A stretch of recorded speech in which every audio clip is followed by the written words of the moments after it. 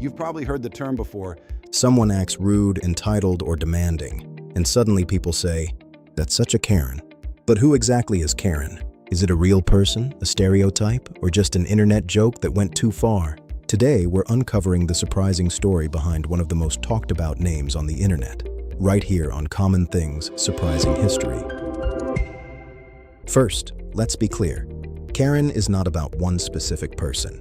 It's a slang term used to describe a certain type of behavior. Usually, it refers to someone who is overly demanding, entitled, or quick to complain, especially in public situations.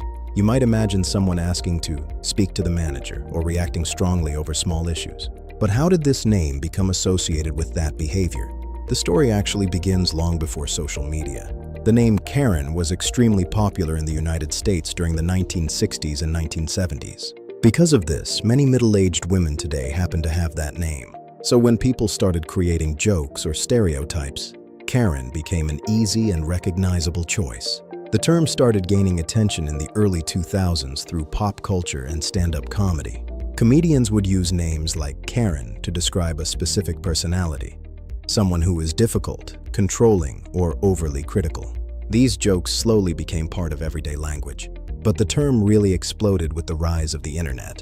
On platforms like Reddit, Twitter, and later TikTok, videos began to go viral showing people behaving aggressively or unreasonably in public. For example, arguing loudly with store employees, demanding special treatment, calling authorities over minor situations. People began labeling this type of behavior as Karen behavior. One major reason the term spread so quickly is because it was easy to understand. Just one word, Karen, could instantly describe a whole situation. No long explanation needed. Over time, the meaning of Karen became more specific. It often refers to someone who uses their position, privilege, or attitude to control or criticize others. Sometimes it also includes situations where people call authorities unnecessarily or escalate small problems. However, it's important to understand something. The term has also become controversial. Not everyone agrees with using it. Some people believe it unfairly stereotypes individuals based on behavior, age, or even gender. Others argue that it can be overused or used in situations where it doesn't really apply. Language on the internet changes very quickly. Words and meanings can spread across the world in a matter of days. Karen is a perfect example of how a normal name can turn into a global meme. There's also a psychological reason why the term became so popular.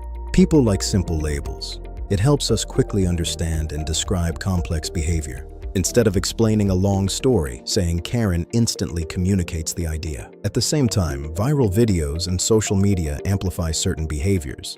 When people repeatedly see similar actions online, it reinforces the stereotype. Over time, the label becomes stronger and more widely recognized. But here's something important to remember. Not everyone named Karen behaves this way. In fact, most don't. The term is about behavior, not actual individuals. So, who is Karen? There isn't just one answer.